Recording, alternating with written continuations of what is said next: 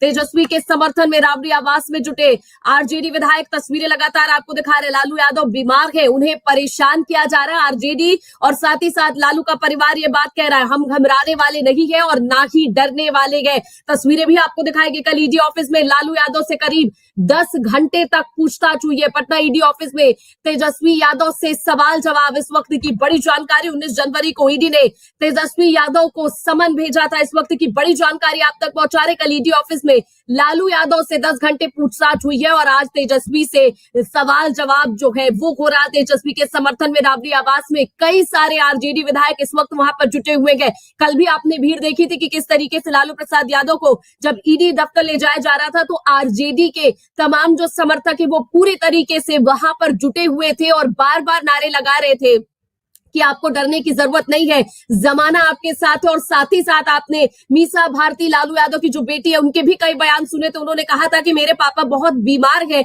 उसके बावजूद इस तरीके का बर्ताव जो है वो उनसे किया जा रहा है। इस वक्त की बड़ी खबर, कल ईडी ऑफिस में लालू यादव से 10 घंटे पूछताछ हुए और करीब 70 से ज्यादा जो सवाल है वो उनसे किए गए हैं। और ये कहा जा रहा है कि यहाँ पर आज भी लगातार तेजस्वी से भी कई घंटे जो पूछताछ है वो होगी। फिलहाल आपको बता दें कि आरजेडी की तरफ से कहा जा रहा है कि घबराने की जरूरत जो है वो यहाँ पर नहीं की जा रही। तस्वीरें आपको दिखा रहे कि कल किस तरीके से यहाँ पर लालू प्रसाद यादव से पूछताछ हुई थी। तो आपको बता दें कि राष्ट्रीय जनता दल प्रमुख लालू प्रसाद से करीब 10 घंटे तक पूछताछ हुई और एजेंसी ने लालू से रेलवे में कथित लैंड फॉर जॉब स्कैम में मनी लॉन्ड्रिंग जांच के सिलसिले में पूछताछ की थी। और लालू पहली बार जांच एजेंसी के सामने पेश हुए थे और सुबह 11 बजे अपनी बेटी मीसा भारती के साथ पटना स्थित ईडी दफ्तर वो पहुंचे। हालांकि मीसा को अंदर जाने नहीं दिया गया था और ईडी ने आपको बता दें लालू से 70 सवाल पूछे। रात करीब 9 बजे लालू प्रसाद ईडी के दफ्तर से बाहर निकल पाए। हालांकि लालू खुद को निर्दोष बताकर पूरे मामले से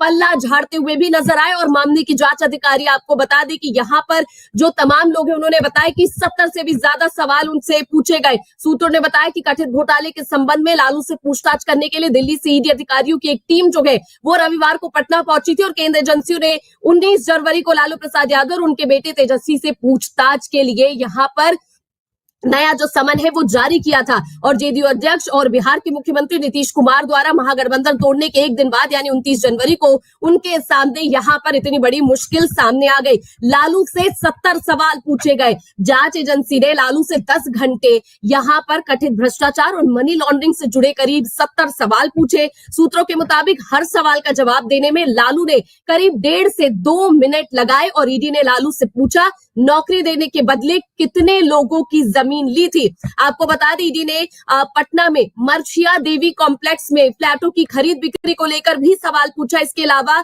पटना में ली गई 10,9293 जो यहाँ पर वर्ग फुट जमीन को उस पर भी उन्होंने सवाल पूछा। दिल्ली के न्यू फ्रेंड्स कॉलोनी की प्रॉपर्टी को लेकर उनसे सवाल पूछा गया और साथ ही मेसर्स ऑफ यहाँ पर इंफोसिस्टम प्राइवेट लिमिटेड को बेची गई जमीन के बारे में भी उनसे जानकारी लेने की कोशिश की गई थी।